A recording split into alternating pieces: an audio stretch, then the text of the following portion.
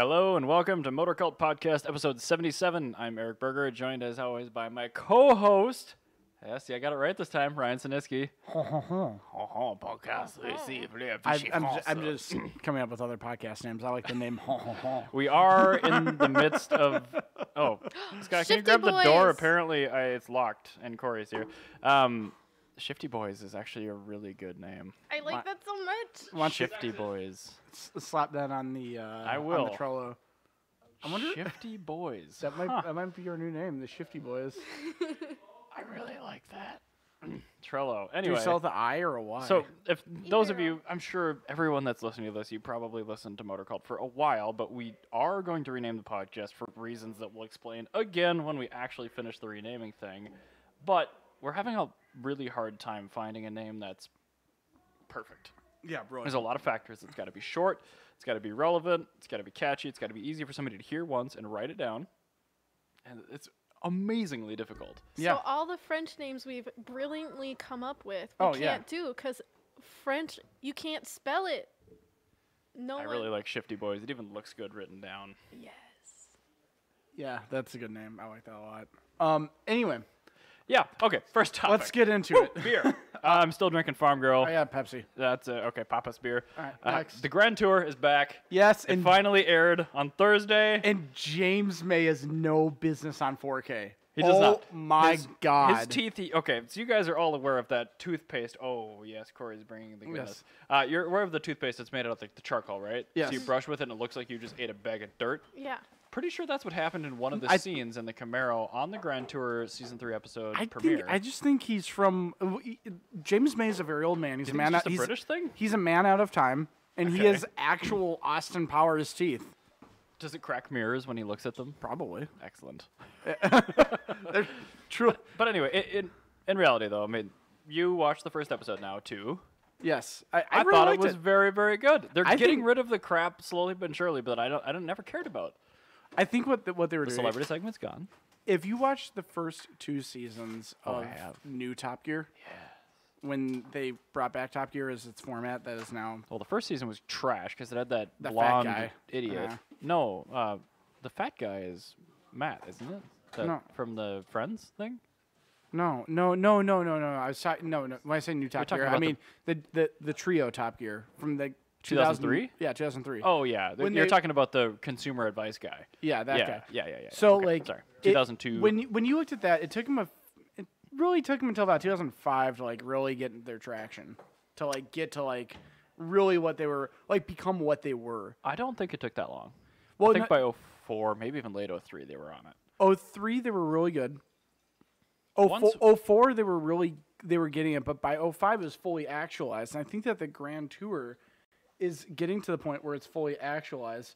Scott is drinking wine out of a cat mug. He's drinking wine out of my Happy Cat coffee mug. And now it is being poured out because it's apparently rancid.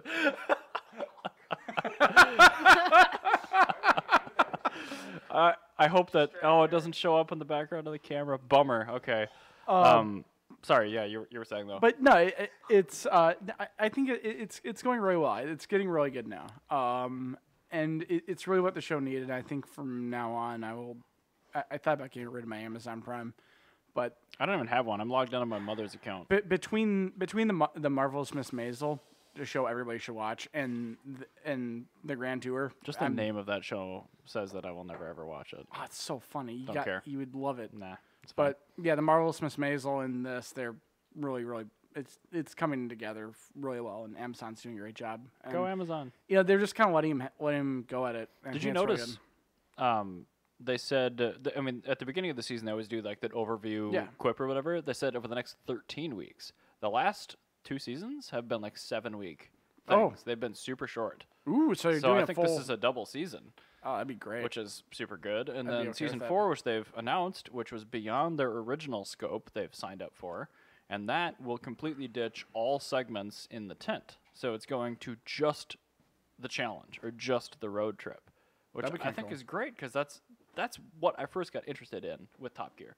Starting in 05 or 06, where they started doing like the challenges, where like James May is gonna take a small airplane and Clarkson's gonna drive this GT500. Let's see who gets there first. I like the stupid car challenges. It's Oh, like me the, too. the best British car. Like that was the best episode of Top Gear ever. I like the cheap Porsche challenge or the cheap supercar challenge. The cheap, Italian one. That was really good. Or the Merak, where he just grenades, he like litters the road with Maserati V6.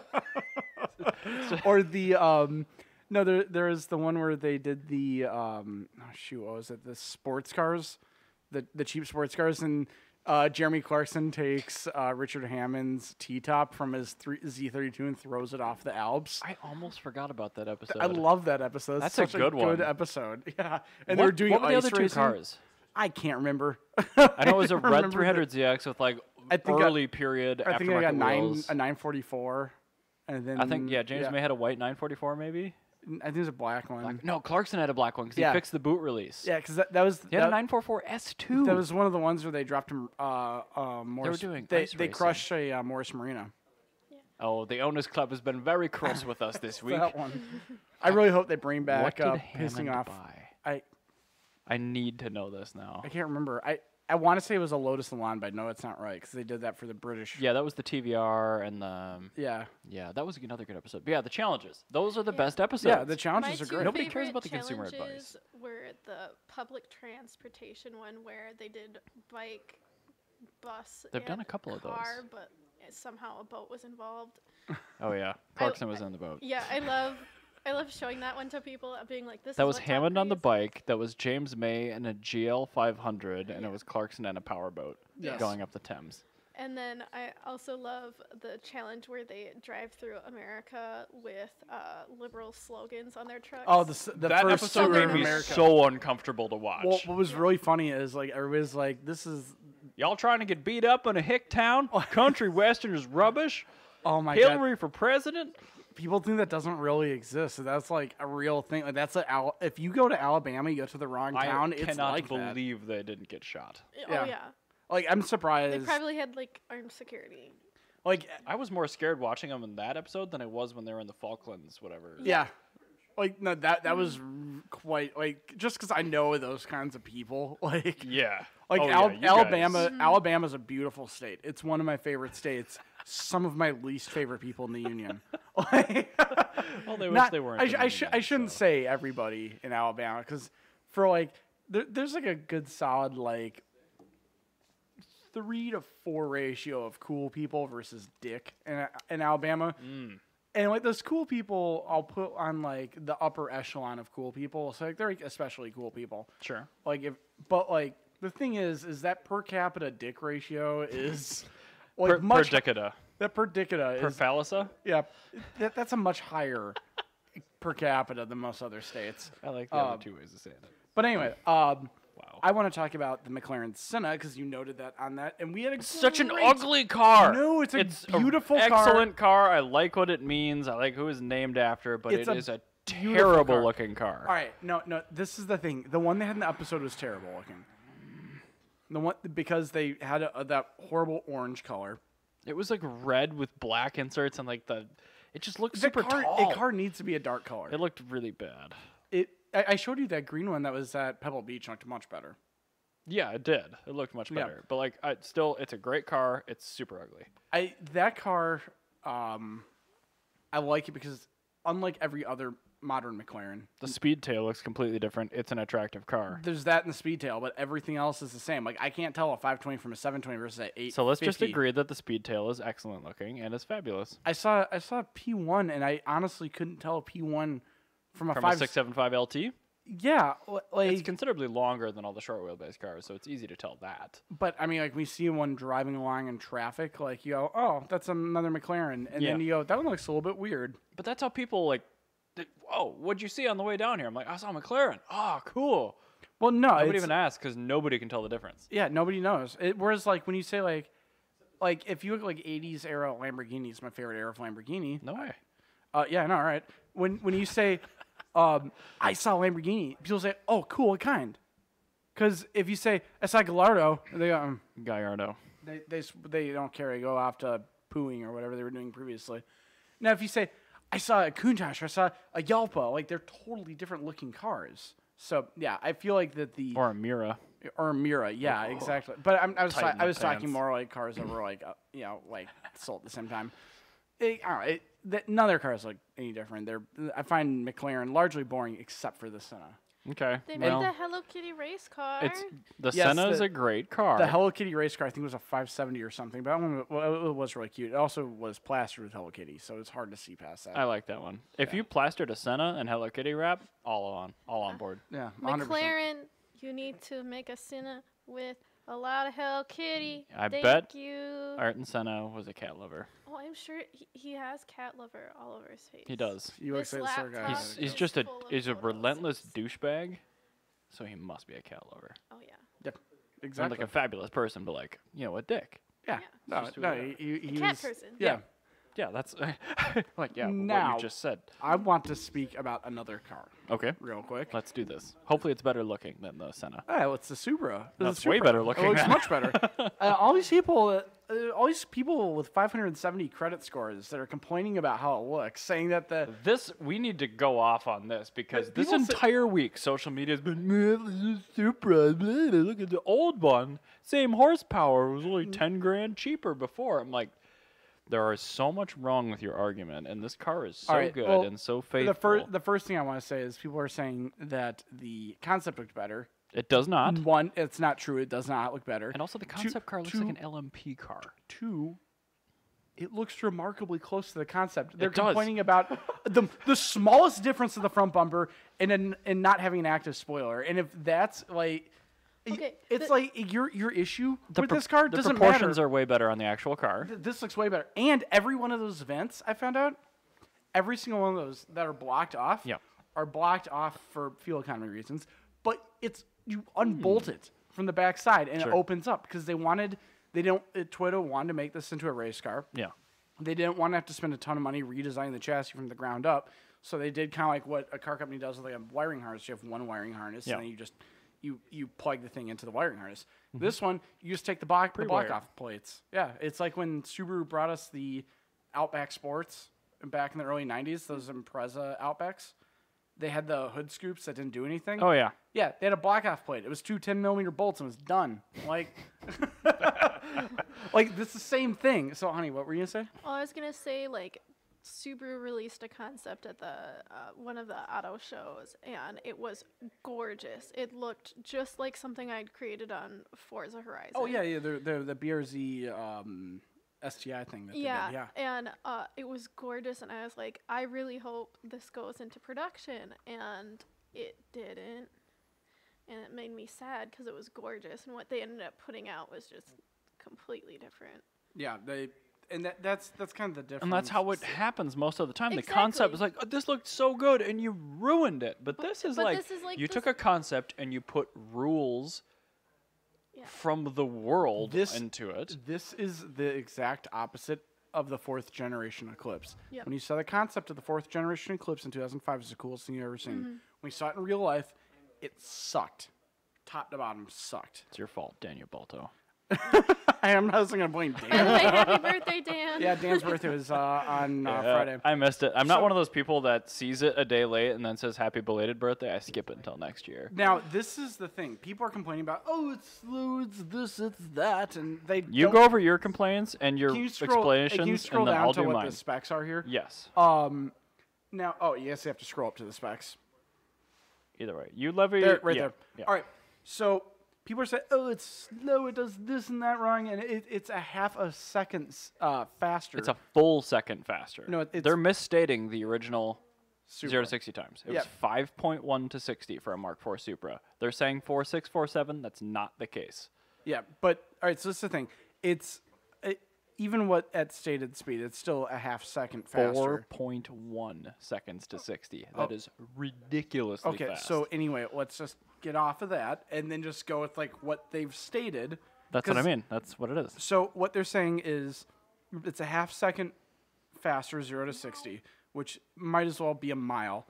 Now, the other thing is the Nissan GTR, yes, does that does a 3.9 second 0 to 60 when And that it's launched. all-wheel drive. And I should say without launch control, Okay. because we shouldn't even consider launch control because the launch control voids the warranty on the GTR. That's true. So it voids the warranty, so you can't use it if you want to like warranty your car. So realistically, the Supra is about the same speed as a GTR. It is within 0.2 of a second. Driving through two wheels. Yeah, driving through two wheels. It's lighter than the Mark IV, that continues on the thing where it's got more specs, more everything, and still manages to be lighter. I love that. That I think a lot of people really overlook that, but that was the big thing about the Mark IV is somehow they made the Mark IV miles better. It was about as well equipped as like a LS 400 was, Right. but it weighed less than the Mark III. So this is really cool. While every other car in the world, the R35 GTR weighs about as much as 8 R32s. London Tower Block. But this one actually weighs less than the car it's replacing. Which is shocking because it's not like light. No, and it's automatic. Which For now. Yeah, which I think that they'll probably change. I trust they will. Akio Toyota also is very much so a car enthusiast, and I might read a quote from him regarding the Supra. I actually have it all here on the laptop. He Perfect. said, SUVs are nice, but at the end of the day, is there anything better than a tight rear-wheel drive sports car? In fact, between you and me, I hope this isn't the only sports car you see with a Toyota badge in the future. Is that something? Are we going to get the Century GRMN? Hopefully. Oh, But that's so cool. no, this is a lot. Everybody's shitting on this car. I don't get it. Well, I shouldn't say everybody. Everybody with a bad credit score, Yeah. or And driving an engineless S13. yeah, or that just cocksucks off Porsche all day long. They're talking shit about this car. Everybody actually wants a sports car, loves this, and everybody that is talking shit probably just needs to drive the car, because these are the same people that talk shit about the BRZ, which is a great car. And it was never designed, the BRZ, I call it the BRZ because it's the only name that's been Yeah, the consistent. Toyota BR GT86Z. Same thing. Yeah. That car was never designed to be a flat-out car. No, it's designed to have fun. Yeah, that's supposed to be a competitor But to just the Miata. driving in real-life situations. This one is supposed to be a flat-out, well, not just a flat-out car, but it's supposed to be a sports car. It's good at everything. It's also legitimately designed from the ground up to be a tuner platform. Yeah, exactly.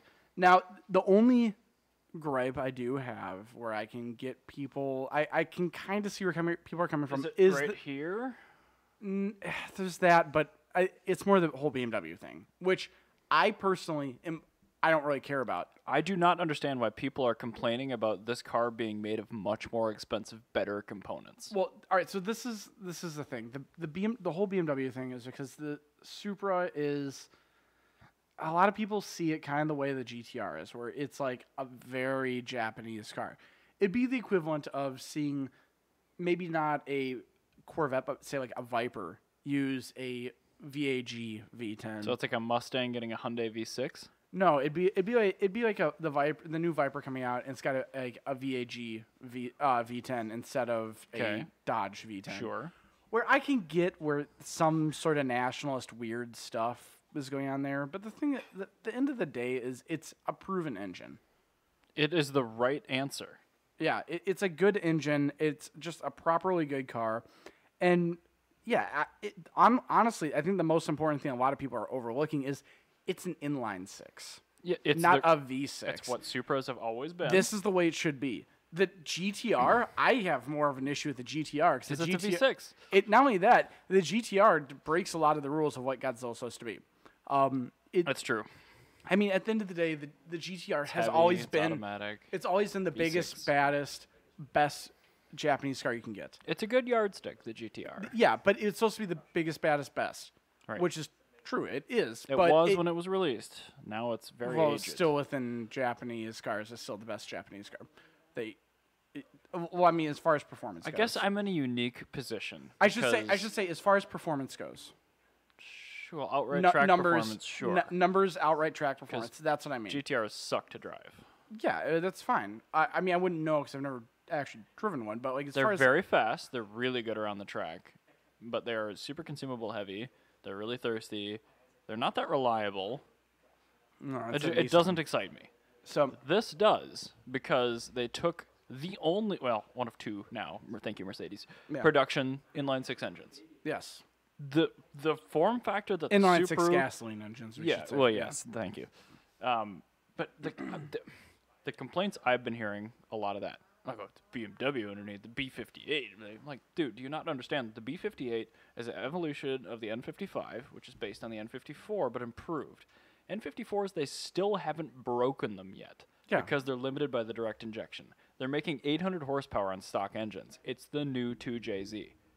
No, yeah, and that's the thing is like that's people say, well, they didn't make a 3JZ. Well, Toyota's not going to make. They're not going to make an iron block engine in 2019. Well, not just that. Toyota's not going to make that engine just for this one specific car. God, And no. if they did, it's going to suck because you're never going to be able to get any parts for it. And it's going to be DI, it's going to be emissions, it's going to have the same issues. Because let alone, okay, when the 2J was being made, BMW is making M50s and M52s.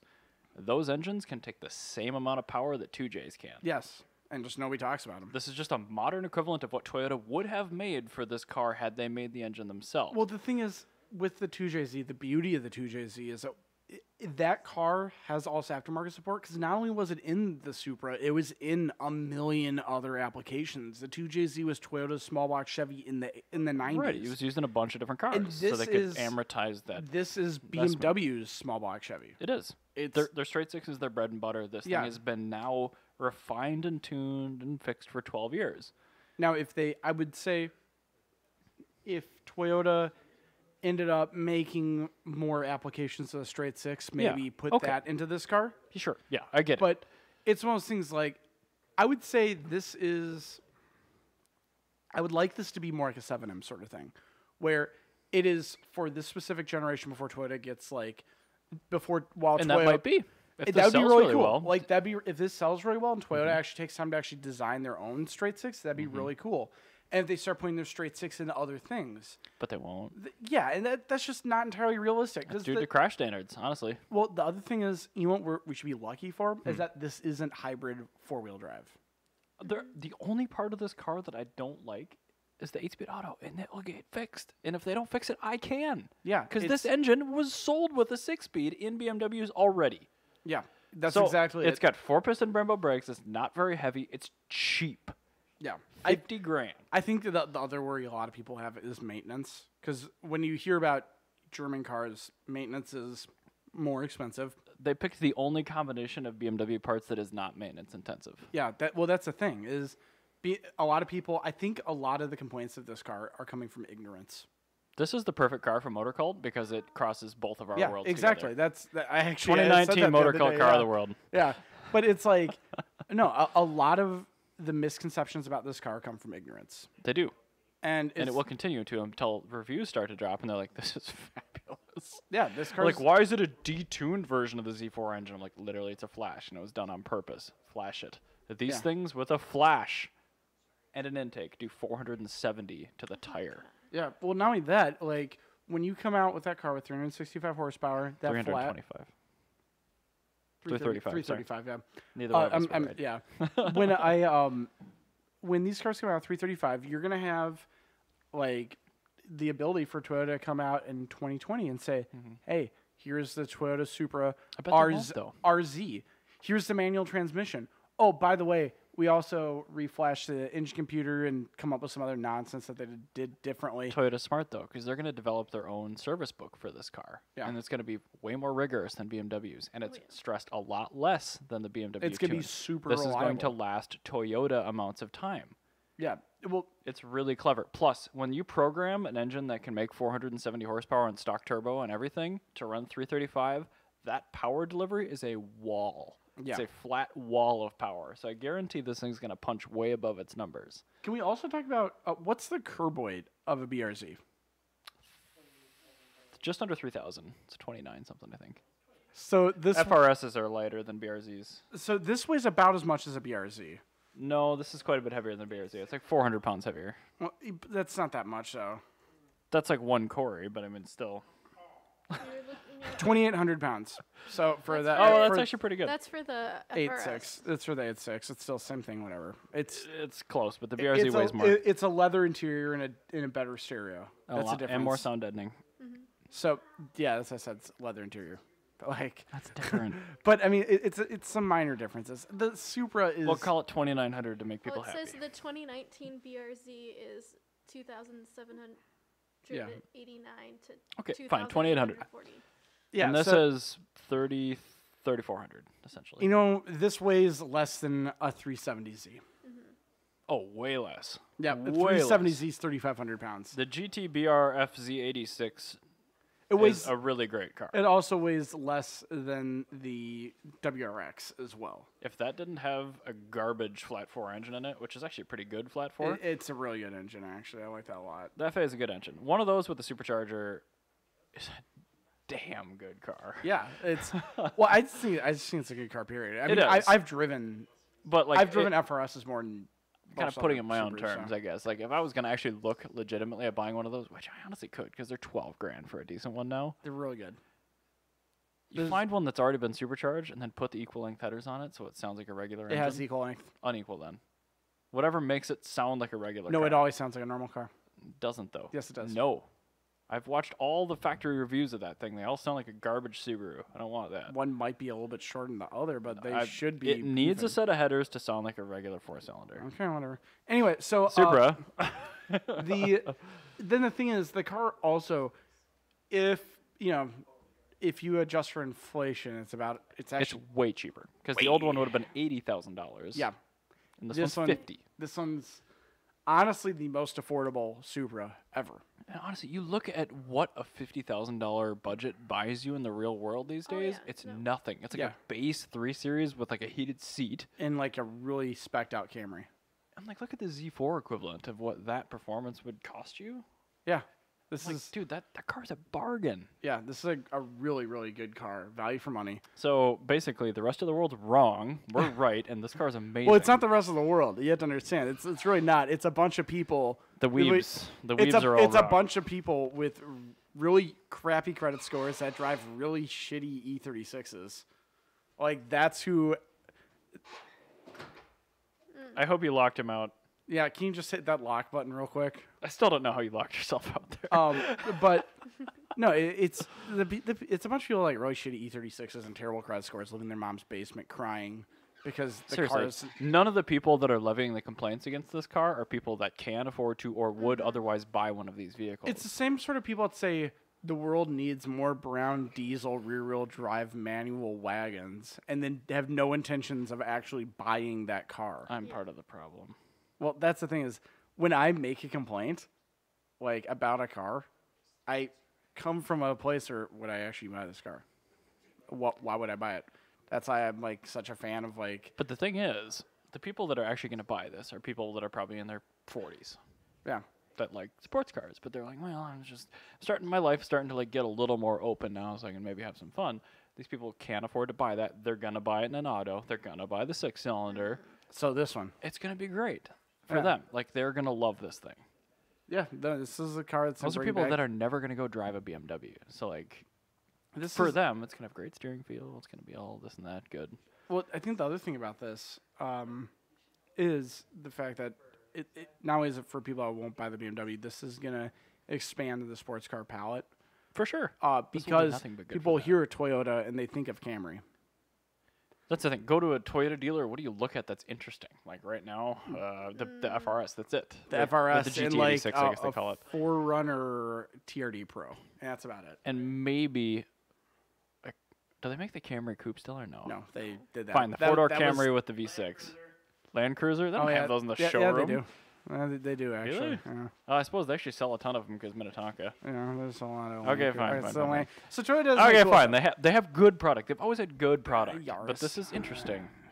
This is actually interesting. Yeah, this is a car that's indisputably interesting. And I find it even more interesting because I'm going to be manual swapping these things. Yeah, that's gonna be really cool. I'm a really big fan of it. I think the other thing we should also talk about with this is that I lost my train of thought. So Perfect. The Supra is good. That's all we're going to talk about Yes. on that until you remember what it is. Then we'll violently jerk back to whatever you remember. and then we'll go back to whatever you're talking about with Speaking BMW. of manual swaps on Toyotas Yes. that are BMWs, BMW actually announced, well, actually we talked about this last year, but they're going to be bringing the manual in the M3 when it comes out. So All we right. talked about them ditching it in the non-M3 series. which I'm They still confirmed, it's still dumb. Still dumb that they did that. But the M3 they confirmed would have it. However, I had a strong suspicion that they would be bringing it with the MX drive, which is the deactivatable all-wheel drive. Okay. So it's an all-wheel drive system where you can literally just go into the iDrive or whatever, hit your M button, and it shuts off the front. Completely decouples yeah, but it. don't you still have the parasitic loss? You But- still do, absolutely. It's- But I it guess it's helps. better It than a helps a whole mod. lot. So okay, it's roughly equivalent to the parasitic loss of like the real-time Honda all-wheel drive systems or something like that. However, they just announced that they are working on a version that is just rear-wheel drive. Good. So none of that parasitic loss of the front garbage. And I think I've got a link here somewhere. Let me swap over to this just so you, You guys do, don't yes. see our notes. And I'll go right on down. Not to that we have anything to hide. They just, No, we don't have like Chopo in there or anything, but all right. they look awful. It is really just not So- aesthetically pleasing. That is not a G80. Anyway, so there's that. The G80 M3 I think is still going to use a tuned version of the S55 engine that you currently find in the M3, M4, and M2 competition, which is a really, really good engine. It's kind of a Back to the Future tangent away from the N55 that both the Supra Z4 engine and the 3 Series regular engine and the M engine went, because this one still has a mechanical water pump and things like that where they don't care as much about efficiency, but they're still largely based on the same deck height, the same bore spacing, still an aluminum block, which is really strong. Are those water pumps really problematic on those electric ones? People make it sound like it is, but as long as you understand their expected life and you replace it, no. Okay. They are very reliably good for 45,000 miles on the turbo cars, 80,000 on the normally aspirated cars. It's And people, it doesn't have a jack shaft that goes off to the timing chain. No, so it's not like an R8 V10, which is great. Yeah, or the 2OT, where the jack shaft is plastic TSI. and melts. Yeah. No, it's not like that. The water pumps are actually very, very... There's a stupid ad. So, no, the water pumps are actually very, very reliable. No thanks. I do prefer old classics. Old classics are better. Oh, my God. They say that like That it's website. a problem. Whoever this is, Road and Track, go... I'm going to use my one F-bomb. Go fuck yourself. Okay, that's God. Ugh. But anyway, Oh, great engine, great car. Look at their number 3 story right there. Why Toyota's sticking with sedans. Perfect. All right. that's all Toyota, I'll you say. are really... He's just We want to give firing you a on pat all on the back. cylinders. Yeah. Akio Toyota is my hero. Can he be your new benevolent overlord? Yes, he is. Okay, He's our actually benevolent overlord. No, I'm still on Bob Lutz. I'm still on Bob Lutz. Anyway, I'm just saying. so yes, that's very cool that they're doing a manual and they're making it not all-wheel drive. They're making it what it should be, which is just a good driver's car. Which is rear-wheel drive, 4 doors, Yes. and a manual. Or with the optional 2-door. Those are worse, though. the. That's going to be the M4. The thing is, the M3 was not designed for grandma. Don't give her all-wheel drive. Make the car drive well. Exactly. Don't make it a car for some bro with his vape pen to go drive. This is a car that is meant to make you a better driver, not make you feel better. Like that's what the M3 It's designed to make is. you enjoy driving anyway. Yeah, exactly. You're not supposed to. You're not. It's not supposed to make you. It's not supposed to be like an ego trip or anything. It's supposed to, Right. enjoy driving. I'm excited for that you, car. You buy an M3 for the same reason you buy the manual Mazda 5. Correct. To enjoy driving. You buy that because you could get the automatic one. You could get the normal one. You get the manual one. Because you don't wear your baseball hat sideways? Yes, and you get the manual one because you like going on clover leaves and being in the right in the right gear. Right. Anyway, You don't have to wait for the downshifts. I want to say some actually surprisingly bad news for the first time. What? Honda's making that really cute urban EV. That looks little hatchback that looks like the old Civic. Yeah. Apparently, they're not bringing it to America. Oh no. What? Why are they not bringing it to America? Boo. Yeah, there's a collective boo. not bringing the ID either. What the? What? What? Ow! Ow. They're not bringing the ID? Oh my God! My ears. They're not bringing the Volkswagen. They're not bringing the hatchback like Golf EV. Oh, I thought you meant the ID Buzz. Of course they're bringing that. Oh, okay. It just had an eardrum rupture. How many cars just like swerved off the road? How many people go on Twitch while in their cars? I'm gonna have to put caution headphone users on this one. Yeah. maybe dip that down the game. Oh, I'm not doing any editing. That's gonna happen. Ugh. Oh, the e-golf. Yeah, I Okay, don't care about Please don't that. scream again. Anyway, so The ID platform is coming here, but for the Buzz, not for the actual hatchback or the sedan. I'm not Or too the Cross or the I don't care about those. All I care about is the bus. Buzz. The school bus? Yeah, the school School bus. Buzz. There you go. That's terrifying. Anyway, Then again, I guess Sadie's so 10, so Honda's Urban EV. it's on the screen now. Yes, it's just finally on the screen. The car's so cute. I wish I was coming to Are they America. bringing the sports car one? Nope, What? none of them. None of them are coming to America, which is very frustrating. I know! I did it again. I know. Isn't that frustrating? I'm livid. Yeah, it's really dumb. Like, Honda's making just as many... Why would they show us all of this stuff? Like, oh, look, this is pretty cool. It's Honda. You know what they're going to do? They're going to give it to us in like 20 years and nobody cares anymore like they did with the Civic Type R. And when they give it to us, it's going to be really ugly and it's going to look like a Civic Type R. And I'd like to plug the Sony MDR V6. Very durable headphones if you throw them on the ground. they throw them on the ground and you max out like all the gain on them and they're still They working convey great. your terrible voice into my head really, really well. But yeah, no, these Ow. these are they're really great cars. I'm really frustrated they're not coming because it's not like the Fiat 500 and the Mercedes B series have been selling poorly where they're sold. They're kind of Right. selling like hotcakes. And granted, I mean, fuel is free here right now, Well, so here- small cars aren't selling really I got well. gas for $2.01. I paid gallon. $189.9 for regular when I filled up the FJ. Oh So my this God. is Good- my thing though. Good on you. Tesla's big issue with the Model 3 and why they can't move enough units is they can't make a cheap enough Model 3. When the Civic came to America, Where are they going to make this? well, 1 second. Okay. When the Civic came to America back in the 70s, they brought that to America because there wasn't a really good cheap car. And Okay. that's what the Civic was. Okay. And you know what the America needs right now is a really cheap EV car that's good. Like that. And they're not giving it to us because Honda still has their head in their ass like they did 10 years ago.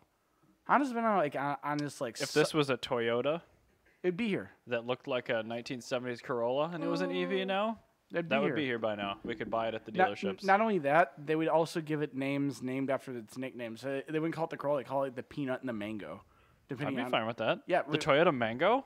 Yeah, Buy the shit By out the way, of that. those are the nicknames for the two different body styles of second generation Corolla: the Peanut and the Mango. There's a lot of the world that I don't want in my head, and you are most of it. But cool. Sounds good. I like mangoes a little bit more than peanuts. But anyway, this is just really dumb. This like kind of like went by today with like the announcement of the Supra, so like it kind of went under the radar. But I think everybody should be really mad about this because everybody says, "I want an EV. I want a good car. I want a cool EV. I want something that's fun to drive." This is a So- fun to drive, cool EV. So why are they making this then if we're not getting it? They're making for Japan and Europe. Are there any South electric America. car markets there? Yeah, Really? electric. Yeah, Europe. Where is it going to be made? I believe Japan probably. Really? I know. Because like almost all the hybrid Hondas are made here in the States. I know. Well, those are the Where all ones their battery manufacturing is. I know. So I'm What- guessing this will probably be made here and shipped elsewhere then. That if they did that, that'd be ridiculous. Yeah, but it could happen. I don't think that's exactly what's going to happen. I think they're probably going to do something like either they're going to have like a plant like in Japan or It's something. actually an interesting point. Honda has been fighting to not make battery electric vehicles. yeah, and They've been fighting for hydrogen, specifically in this market. So if it's not for compliance for this country, for this market, why is it even being made? yeah, it's really really dumb. And I think I feel like something shit fan happened recently. yeah, probably. Yeah, Because like I guarantee that we were supposed to get that and now we're not. well, I think what's frustrating is that was originally a concept car. That's for PR. Yeah, and I think that probably for Europe as well. is what it's made for. I honestly think it's just so Honda could get some attention at an auto show. It's really dumb. Yeah, it's I really, don't really I dumb. don't think they had any intention of doing anything with that thing. But it's coming to other markets. Right, but I not think that's just ours. like, oh, I may as well, I should make it and give it to these low-producing markets. It's so stupid. Why did you even bring this up? I'm Well, sad now. the thing is, I want to juxtapose Toyota versus Honda because for the longest time I was the biggest Honda Let's fan. not do that, though, because Toyota doesn't make a battery electric vehicle. Well, no, they don't. But the thing is I'm looking at the actual ethos of the company. Toyota is sitting here trying really hard to give people what they want. Like they are doing. Okay. They are doing everything in their power. Meanwhile, Honda is still on what Toyota was doing 10 years ago, where they were like, "We're gonna say what the market. We're gonna go with what the market says." No, via they're going to make what numbers." they want, and the market will buy what we make. And the thing is with Toyota is Toyota's, Akio Toyoda is a car enthusiast first and foremost. When he made the first Corolla, when he became, when he went, took leadership over Toyota, the first thing he did When was that? have, not this generation, I think it was the last generation, but it was mostly complete, with all the chassis design. This current, So like 2012? I think it's like 2013 or something. Interestingly enough, Toyota made the first long-range non-Tesla plug-in electric vehicle, the RAV4 EV. Really? Huh. I did not know that. 42 kilowatt hours. Oh, wow. So Toyota is an EV company, and they push EVs, and they give us things we want Yeah, exactly. before we know we want them. And Honda makes what we want and doesn't give them to us. Yeah, well, this is the thing is Toyota. Give me that. Yeah, no. So Akio Toyota, he's a car enthusiast. He knows he understands that we're not just saying Mr. Toyota. things. Yeah, Yeah. Mr. Toyota. I love that name. And so he actually when he made the current generation Corolla and the mid-mile update of the generation before it. Yeah. He had the engineers drive his personal E70 Corolla sedan. Okay. His 79 Corolla, so they could understand what a proper Corolla is supposed to be like, and Rear-wheel then drive? go from there. Well, rear-wheel drive, but it's more the driving style where the Okay. car's minimalist, but not so minimalist that's like a neon where it just sucks. Where the car's actually good quality, but gives you a good driving experience. I understand and completely agree with what you're saying, but we are kind of talking EVs with this topic. But now this is the thing with Honda though. Honda historically, going back decades, Yeah. they have always seen these massive pushes for what these massive market pushes for what people want, and they just say you don't really want that. Like the Civic Type R, you don't really want the Civic Type R. Oh, yeah, of course I don't. And then after Why would I just 25 ask you years, for it? after 20, no, not 25, but after 20 years of asking for a Civic Type R, they give it to us, and by the time When we it's too get late? now it's an Accord, and now it's fat and bloated, and now people actually don't want it, and they use that for justification, saying, "See, we shouldn't Still have a good listened to car. them." But I mean, still, I it's, know a really good another Comparison? scenario comparison of this. It's like that EV that I think Ford made but took back. The one that Danny DeVito owned. the EV1 that GM made, the GM EV1. Yeah. It's like that's basically what Honda's doing right now. Pretty much, GM didn't want to make an EV. They Bob made Lutz. it for compliance Bob Lutz. reasons, Bob Lutz. and then they crushed them all except for one. Bob Lutz. I bet the that's one what's that going to happen Danny here. DeVito owned. The He least, didn't give it to them. least. Yeah, no, actually, Danny DeVito, I think, still has his EV1. You couldn't buy one, even if you're famous. No, I think He might have retained his and just dealt with the legal I think he ramifications. refused to give it back. There's I an would have entire loved to have seen that. documentary about it. Yeah, That's so great. You can't have my EV. What? No, I'm all covered in butter. You're not going to get the keys out of my hands. God, I really hope he covered himself Just- in butter. Covered himself in butter, whitey tighties, glasses, nothing else. No, that's runs hand across the parking sanitizer. lot. Hand sanitizer. Well, yeah, if we're talking about ASIP, for sure. But yeah, so it's just Honda historically. But the thing is, Will it make you feel better if I tell you that it won't actually look like that when it comes to production? Yes. what does the production look like? Well, it's got tiny wheels and it doesn't have the camera mirrors. It looks good, but I mean, it looks like... I prefer it without the camera mirrors. And No. I prefer it with tiny wheels. Okay, just picture you take like a blurry photograph of that and you wrap it over a first gen XB with a chopped roof. That's kind of what it I'm looks kind like of for real. okay. It kinda. still looks good, but it's anyway, imagine how the weebs are seeing the Supra concept versus the Supra reality. Oh yeah. same type of thing. Yeah, that's It's also not going to have 24-inch rims on it. I don't want 24-inch wheels. I know Those you wheels don't. Can take a hike, but no. Also anyway, probably not gonna be, so like, back slammed. on my whole thing. Honda for years has been like, no, we're not gonna do it. We're not gonna do it. Toyota went through that, and they decided, you know what, we're pissing off our core. So they and made now the Prius Prime. we want to get back to like our market and like what people like, actually retaining customers. Weird. Yeah. Whereas Things Honda, like the BRZ. Honda hasn't evolved that far. Honda's still in the dark ages. It's like you have like a fully Renaissance Italy here, and then like Honda, the Holy Roman Empire, can't get their heads out of their asses, and they're still dealing with feudalism. It's just ridiculous. Anyway, Okay. that's my rant. about Okay, Honda. fine. I want that even in its pedestrian guise Yes. versus a Fiat 500e or like another lower range I would take EV. that over a Fiat 500e. I don't know if I would. It really kind of depends on its range and cost and all that, but it looks really cute. To a Japanese car enthusiast, I will take that over a Fiat 500e any day. Fine. That's fine that we have Okay. differing opinions. I'm not even mad. That's the way it's supposed to be. Cause Yeah, it is. That's why. Keeping on EV topics, since this is basically an EV podcast a lot of weeks. Yes, it is. No, it's not. I'm fighting it. So Tesla, Tesla. you know, that company that we've been talking about a whole bunch. They're selling Yeah, all those I've cars, and they're heard finally of it. trying to catch up on demand here. Is this the internal combustion engine they made?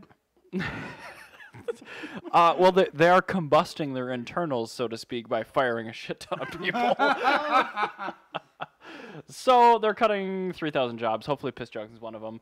Oh, Yeah. funny. This is actually part of the thing I was talking about with the Honda, how Tesla can't make enough Model 3s.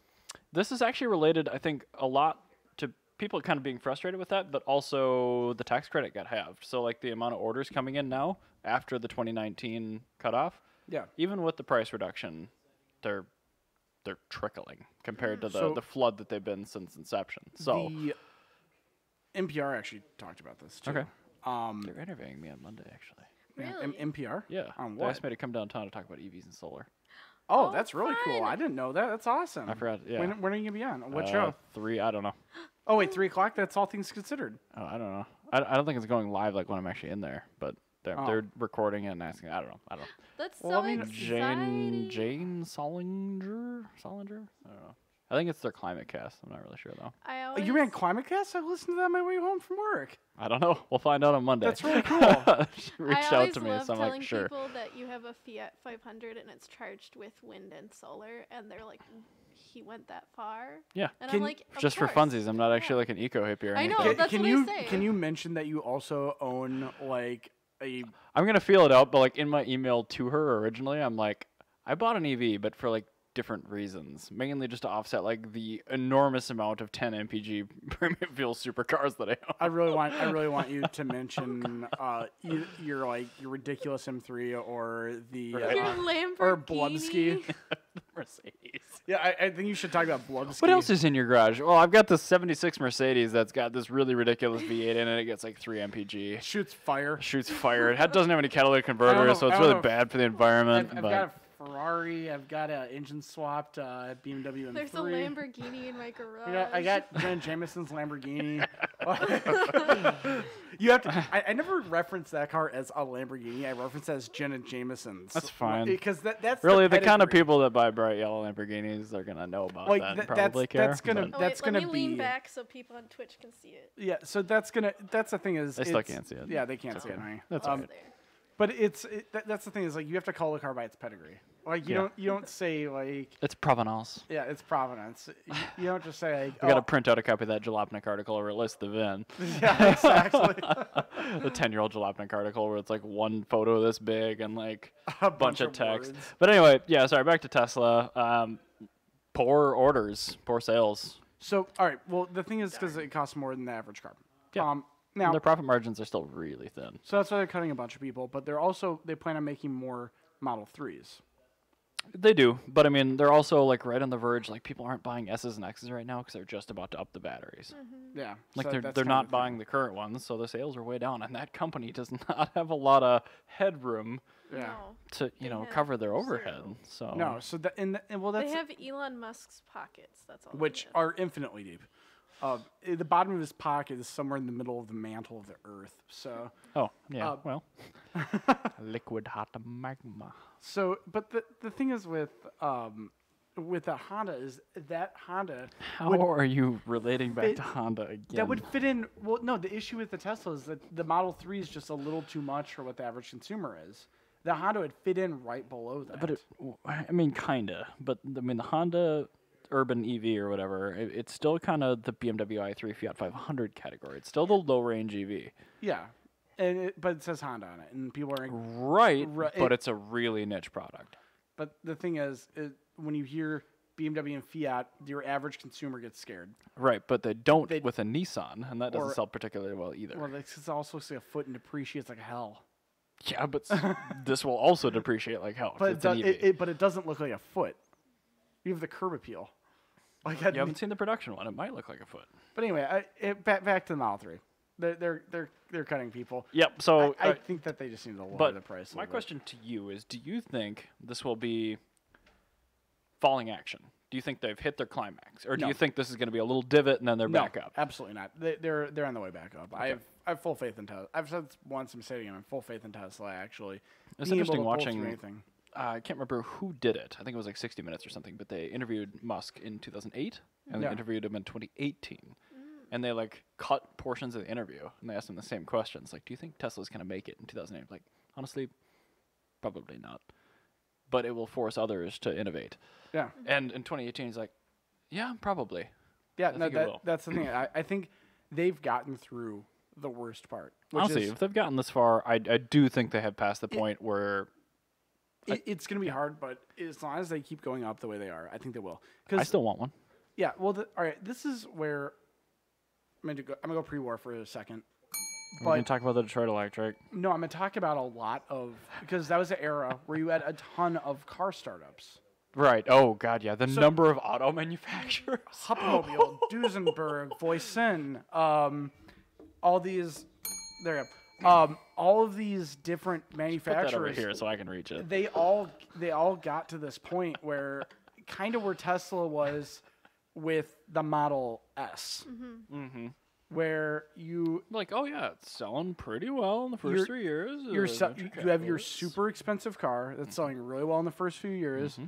You're in a terrible economic time, and now nobody's buying it because things have gotten worse. Weird. Now the thing is, when I'm going to go with Duesenberg because that's what I know the most about. When they tried to make a slightly cheaper version of a car, it all went to hell, and they went out of business like immediately. It was too little, too late. But that's the opposite of Tesla, because they are failing right now because they can't deliver on the original promise of the Model 3 for $35,000. But that's the thing is they still have that buzz around them. I know, but the buzz is starting to extinguish. So they need to back it up soon. I think that they're at a point where they're going to be able to. They're going to come out with something. It's going to make it, and it's going to be awesome. I think you're right. But they do have to change what they're doing. Oh, yeah. More than the $2,000 price cut Model Y. No, I think they need to get a car that's $35,000. You know what they need? They need a crossover for $40,000. They honestly do. Oh, yeah. I hate to say that, but like, that's gonna flood the market with Teslas. Yep. That's gonna Model Y. As much as I hate to say that, if Tesla really wants, and that's honestly probably why they're having production issues with the Model 3, because they're probably secretly working on this Model Y thing, and it's taking a ton of their resources. That's a total Elon Musk thing to do, too, is just because he also came out just saying, hey, I'm going to sell flamethrowers today. Like, oh, the normal company? Yeah, the boring company. Boring, sorry. Yeah. But no, like, that's totally something he would, like, that's in his playbook of just, like, coming out in, like, left field with something ridiculous. So, yeah, he's going to either do that or, yeah, I think it's going to be a crossover. It's going to be the Model Y that really sets that company going. A small crossover. I just love that they're embracing rear-wheel drive, honestly. That's huge for me. I'm legitimately in the market for a long-range EV this year, potentially. Yeah. I'm not looking at the front-wheel drive ones, not seriously. There's so many good options, like the Soul EV, the Kona, things like that, like way cheaper. Yeah. Better range, better efficiency, much better practicality. But you want the Tesla. But I want the Tesla because it's rear-wheel drive. You know, my thing is when you're buying something that's going to be kind of like a niche sort of product, like a EV still is. Yeah. Oh, for sure. You know, it's kind of like getting a supercar, sort of. Yeah. You can You're get, kind of an outlier. yeah. Well, you're getting the car that is going to be special. That's going to like not only be really good, but it's going to turn heads. And like when you say its name, people will be like, yeah, this is. I get it. So I'm eternally a hipster, is what you're saying. Not necessarily, because a hipster would be like, oh no, dude, I got the Lotta Riva EV. Oh yeah. They made it what? And it's like, yeah, no, it's got a Wouldn't that tugboat. be It's got great? an electric tug engine. No, it'd be And- the milk float engine from the Eagle Hammerhead eye That's thrust. what I Jeff. mean, yeah. Like Yes. that would be it. That would be the hipster version. The range extender. I'm waiting for the range extender. But no, you're no. When you get something like a Tesla, you get something that's going to be a particular. I don't know. Anyway, when you get something that's like an EV, going for the Tesla makes sense because you're getting that name with it. Sure. Because you're already going to be dealing with I mean, ridiculous EV stuff. other people like it or not, like the Tesla brand has cachet right now. Yeah. Oh, yeah. That's So, the I mean, thing. like, That's the portion. I don't envy the people that are EVs. dealing with the marketing and all that kind of stuff because like the company has problems, but like the fact that this cobbled together incredible mess of a car company is still working as well as it is right now. Yeah, I think you're right. I think they've passed the point where they're not going to fail. Yeah. But no, I'm super duper curious to keep following it and watch and see what they do to make that a reality over the next couple of years. yeah. This is gonna be Also fascinating. brilliantly named the car after the most beautiful scientist. Now, furthermore, another little Easter egg. If you look at their models, it's the S3XY. Sexy. Oh. I didn't catch that. You never caught that? No. Yeah. All their cars. That's something Elon Musk did from the start. S3XY. Oh my goodness. But it was SX3. Yeah, but when Why? you look at it on the sheet, Yeah. like it actually. Well, then it would be ES. No, sorry, it'd be EYS. No, because you go most expensive to least. X. The X is more expensive than the S. Not with the P100D. Yeah.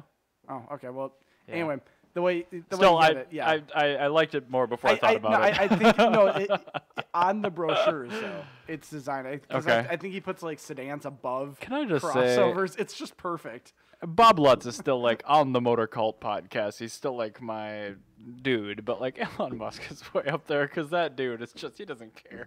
Like he doesn't. Oh no, my top 3 favorite people in the car world are Akio Toyota, Yep. Elon Musk, Yep. and I'm the third one. I might be like Busy or Zahoa. I do love BZ. I He sure really, does really like make him. different He's fuels that smell really- interesting. He's really up there for like one of my favorite people in the car world. I really felt like this turbocharger could yield 4,000 horsepower instead of 258, like Garrett said. Thanks for using my laptop. He's fine. So okay, Actually, no. You know what? Horatio Pagani. he's great too. There are so many good car people out there still. I'm not really worried about the future of cars at all, but I'm just more curious to be the innocent bystander and watch it happen. Here's a question for you before we skip out of this topic. We know the Model Y is coming. It's pretty much a certainty. Yes. The Model 3 based crossover. Yeah. The little X. What do you think they're going to make after that? Skip the Roadster. Doesn't count. Or like what form factor of car? Wagon. Honestly, Ooh, I I think they're hope- going to do some sort of truck. I think No. they're going to Rivian it, but you think a wagon. A wagon. And my reasoning is Is it because Elon Musk is that cool? short, yes. Okay. Long, I think Elon Musk's goal here, Yeah. because he started out with a Roadster, he started out with a sports car. Yeah. He's going for the car enthusiast. I think you're right. And that's Because it is appealing. I mean, that's like, if the- I think about the car, that's- like, yeah. that's the market of nice. car enthusiast that nobody with the EV has touched yet. But my problem is Teslas are enthusiast cars. They They are. are, but they're not bought by enthusiasts. But that's the They're thing bought is by, they're like, marketed surgeons towards. and things It's like that. who they're marketed towards. True. And Elon Musk is But they don't do also marketing. well. No, they do. They don't do traditional marketing, but the way they do stuff is it's got their whole marketed Okay. thing. Okay. So wagon. Yeah, I'm gonna say a wagon, not a crossover, but like a traditional wagon. I think is. I bet it's gonna be a truck. I think. Well, that's the thing. I would say truck, Mm-hmm. but with a Rivian there. And I suppose the next topic too. And we're gonna talk about the other. Almost reason why. spilled the beans there. I think that Tesla is. I think that it's gonna be too crowded of a marketplace. I think Elon Musk is gonna look at it and he's gonna say, "Yeah, this is too crowded." What nobody makes right now is a wagon. Do you think they're gonna update the S or the X before they do that? No. Like visually? No. Like, completely change. Well, maybe change like the front bumper. like maybe a facelift again. A facelift again, but I I don't wonder if think they'll do that with the battery upgrades. They might. maybe. It's been 5 or 6 years since they did it. Yeah, okay, that's fair. But yeah, that's where I think it's to be a wagon. It's to be a wagon that looks like a really, really cool S. I really hope you're right. I'm going to queue up your next article here. Thank you. I'm going to talk about the next article. This is something I found really, it's like quasi-interesting engineering. So in Japan, there is a pattern that's called Nishigen. Okay. Well, actually Nishijin, but it's a pattern that shows like the waves of the ocean. It's really common on kimonos. There's a company in Japan that made carbon fiber with this pattern. I bet those are an interesting bunch of folks, eh? Well, it took them forever, and I guess like these panels cost like thousands of dollars because you had to hand lay every single fiber. You had to put it together kind of like you would. I'm like, guessing there are no silk. machines that are designed to weave that No, carbon weave. it's all hand weaved.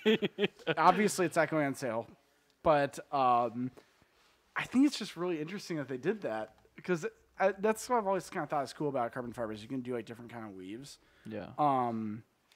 And especially if you weave titanium inside of it, you Exactly. become what is that? Is it? Who does that? I Is that think Pagani or I- is it Koenigsegg. Koenigsegg? Koenigsegg, yeah. Carbotanium. Carbotanium, yeah. But yeah, I think that would be a good way to stand out kinda from like that. the million miles of like faux carbon fiber stickers that you see all the time. In Mr. Wags, I've got hand-laid carbon fiber interior trim. Yeah, I wish it were that. yeah, it looks really, really cool. But also, I couldn't afford it if it were that. I think if you go to, I think it's like a Pagani thing where if you go to them with a bag full of money, they'll do it. Of course they would. But they're not gonna like put it on the market. Like we accidentally wove the Italian flag into our carbon fiber. Oh no, That would be amazing. It's very spicy. so spice. So spicy. But yeah, no, it's. I thought that was cool. I saw it in Japanese nostalgia cars, like just. I one of did the- notice that it was another JNC link. Yeah, so. it is one of the few things from Tokyo Auto Salon happened. I That- love car culture in all capacities, and this is no exception. Yeah, That's actually really cool. That's from Tokyo Auto Salon. Also, they had a entirely carbon fibered A86. When I say entirely, the entire chassis of the car, Like they redid the monocoque and everything. the monocoque. That's was, impressive because you can't ground through carbon fiber. No, they so that did- means they had to engineer ground points for all of the factory harness pickup locations. I guess what they did is they just ran some like sheets of steel along the floorboard, and then okay. that was your ground point, and then you had a second one. Then they'd come back and then all go to the negative on the battery. I guess that's probably the better way to do it. Because Yeah. like I occasionally work on that 57 Corvette, and it is a nightmare to wire in that thing because you can't ground to anywhere. Like Yeah. you have to all literally find where fiberglass. there's like 50 wires going into one lug, and then you got to take that off.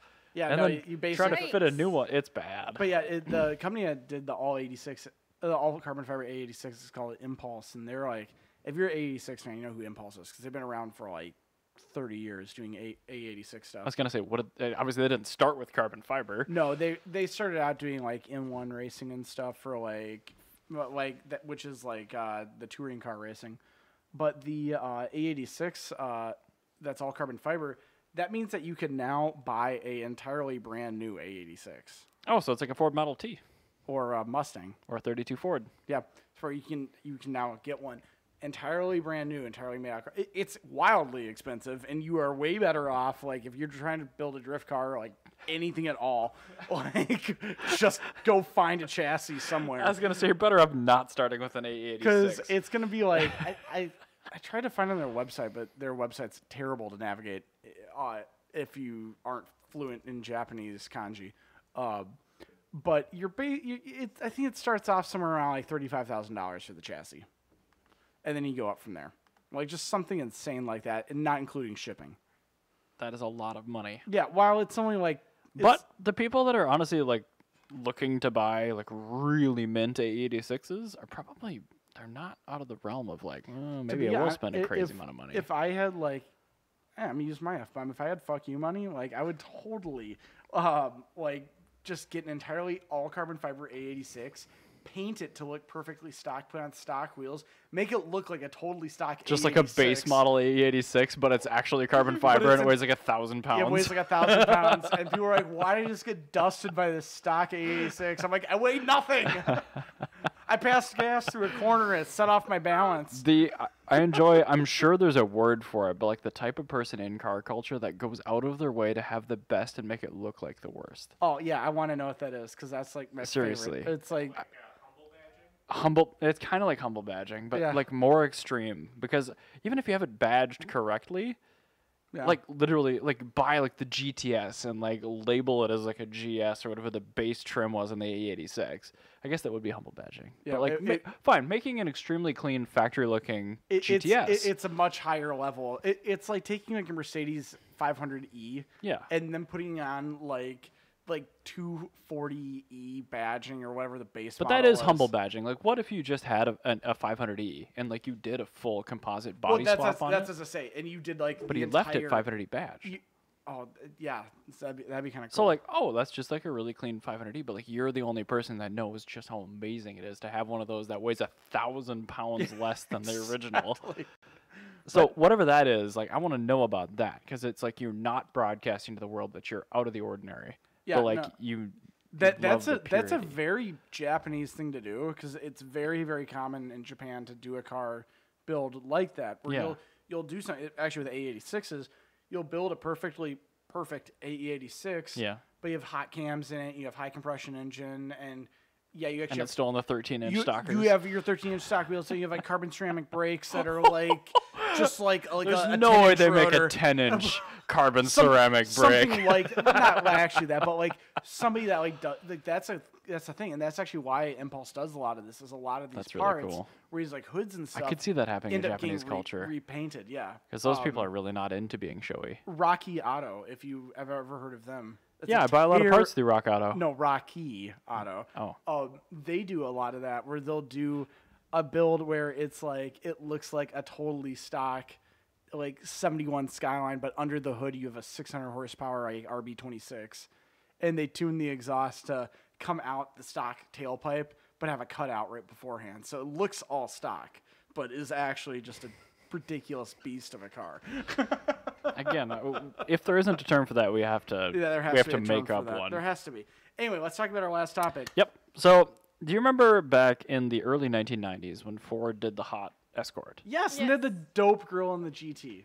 Yeah, I don't know why you went there first, but yes, they did have the dope girl on the Because that's the GT. It only was thing that actually that's no, the only thing memorable about that car. no, it had a twin cam engine. Like Oh, it I had guess, like yeah. a bunch of cool stuff. The Escort GT was actually like a pretty hot little car, and it was like the first effort for like a U.S. company to do that. I mean, you can kind of consider the early Cavalier Vega. Z24. Cosworth Vega. Anyway, thanks for ruining my segue. So Ford is actually bringing back, of all things, the thing you just mentioned, the off-center grille. That looks really rad. It's not on an Escort GT, is it? No, but That's that's on an really rad. F-150. And the reason why it's like that, I don't really know why actually, but they are going to electrify this thing, finally. I actually saw that in the Radwood Facebook group. That picture. Right Oh, really? there. Yeah. Oh, It- okay. It was they were talking about Escort GTs and that, and so The world is too dang small, as it turns out. um But this is, I mean, it's great news, I suppose, just because this is a really This high-selling segment, but I worry about as Rivian I say, now. this is like awful news for the Geralt of Rivia. But, and I don't know details on this yet, but I'm guessing it's just going to be more or less a compliance retrofit of an F-150 chassis to be electrified. And the Rivian is really well thought out. Like every part of the vehicle where there doesn't need to be infrastructure area for a fuel tank, for engines, for crash safety in certain parts, You it's know been what? turned into a cubby or something useful, whereas this probably won't have any of that. It's just going to Come have to a motor think and of it, batteries. Yeah. This might not be that bad for Rivian, because people that are going to actually use this as construction workers will be buying this. People are going to be buying the Rivian, or be people who live in Beverly Hills, and they want to look like they do that. So depending on whatever the price point is of the Rivian, it might be like the new Rambo Construction Lambo. workers drive W bodies. That's true. What was that? Construction workers drive W bodies. They That is do. true. Yes, thank you. No, this will be like the modern Rambo. Hold on, Lambo. I'm going to pull up the vintage version of this vehicle real Oh, quick. Yeah. Now that's a car. Oh yeah. I love that. When was the last time you saw look one of at those? that. The other Probably day on 1991. the other day on Also, the that might Redwood be group. the Carbitrage from California option right there. Yeah. No. Well, no, they actually made it. No. They made it really cool. I forgot the name of the purple version, but it's like techno purple. It's the name. Splash. No, it's called techno purple. Oh, I remember that. No, they- no, that was a Explorer. No, that's It was like a 10 or two-door. They put that on all. That was Graphic. it was like the Persona edition Toyotas. something. Talk about the F-150. I like the grill. I like that it's electric. I don't like the fact it's an F-150. Okay, so I want to actually go back to the Escort GT in this cool, the techno purple one, which is really cool because that body style, the 91s or so. I think this is like 93 when they did it, but they made it in that really cool purple that they had, where it's like metallic. Purple. It looked like a Sea-Doo. Yeah, but they had so they have the wheels, the two-tone wheels where the outside was machined like normal, but the inside of the spokes were body matched purple.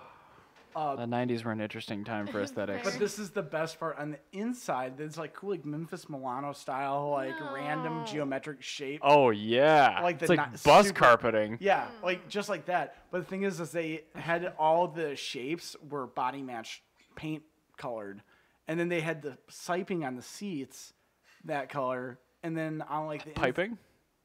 the the piping on the I was gonna seats. say, I think siping's on tires. Yeah, but the piping on the seats was that color, and then along the dashboard where that all the little filler bits were like that as well. It was so cool looking. man. I never knew it was a thing, but I saw it on like Radwood, and it was an actual like trim level of it. It looked. I can super cool. handle a lot of rad in my everyday, but like that is too much rad. It was pretty cool. There were a few other things that they did that like it was probably the coolest. I would have bought it. I would have totally bought that. Of course you would have bought it. Like, I mean, would've I bought it. understand that you're an 80s aesthetic, but like you use the color palette of the early 90s with the 80s aesthetic. Because if we look at the 80s color palette, it's not good. No, it's awful. But No. you like the I like- straight lines and the geometry of the 80s late- and the the late color 80s. It's the color late- palette of the early 1990s. The late 80s for my time. It's the Miami Vice era of the 80s that I like. Which 'cause- is early 90s. It's the same thing. Well, Miami Vice is 1985 to I 1990. understand. But really, when they were in their own, was about like 87 and 88, 89. And that's kind of I'm late 80s all the way, not early. Early 80s sucked. Like, that was still the malaise. How many kilowatt hours do you think this Escort GT pickup will have? 2. I don't know. Not enough. I think it'll have 125. No, I'm going to say 80. I think the think- long range, like King Duty I think Ford. Pooper Ranch will I probably think- have like 180. I think Ford's going to phone it in. Do you think it's going to just be a retrofit made by somebody else? I think it's going to be a retrofit made by Ford, but they're going to phone it in. They're going to use their partsman engineer crap out of their EcoSport or What do you think the whatever. tow rating will be? Not nearly enough. I bet it'll be more than the gasser.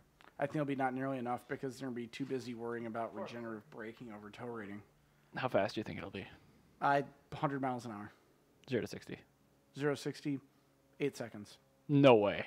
Is that short? I don't know. If What's you a put the truck? Fiat motor in an F-150, it would do faster than 8 seconds. I think it'll do that. I think it'll just. The be, Rivian does it in 3.1.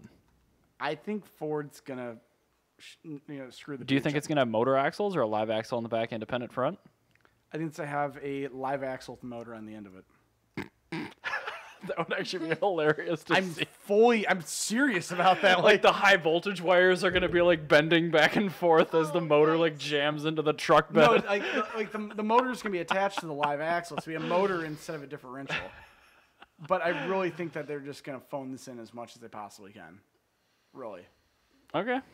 I mean- whatever the path of least resistance is, I have, especially after what Ford's been doing lately, I have such. But they have to compete with the Rivian. I know that, but I have very little faith that they're gonna do it well.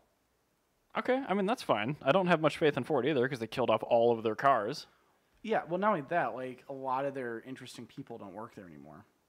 That's why the cars have been killed off, and that's why I think that I'm they're not sure just if gonna that's the phone it in. reason, but I do wish they had given us a little more of a teaser with this. Like, great, okay, cool. I will say it's a cool front end. It's definitely the best looking F-150. Like, it looks even better than the Raptor, for sure. I want that grill to come back. I want that to be like this is our. I have good news for electric you, car Ryan. version. That What? will be available at the parts department, and you can put it on any F-150.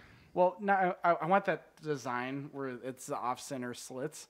I want that to be their like this Their is new our- corporate nose. the corporate nose of their EVs. That actually is fairly likely. Because, you know, like, they always block off where the grill is for the EVs. Like, that'd be their cool, like, block-off grill. Anyway, I think that would be a good place to end on. Should buy a Rivian instead of that. Yes, you should buy a Rivian instead of that. And you can get a all-carbon fiber A86 from Japan. And you should also do that and then put it in the bed of your... Yes, in fact, you should put That was really you loud. put an EV motor into that and then have the perfect... Well, once it falls out of the F-150s driving down the highway, you can just put that in your carbon fiber A86 and drift. There you go, perfect. Perfect. That will be the A86 of the future. Is all carbon fiber and with an electric motor. And Ben from Japanese Nostalgia Car will be very, very depressed. Oh my god, I'm cringing and I don't even care. Anyway, we'll see you guys on Saturday. right, Thanks for thanks. watching. Bye.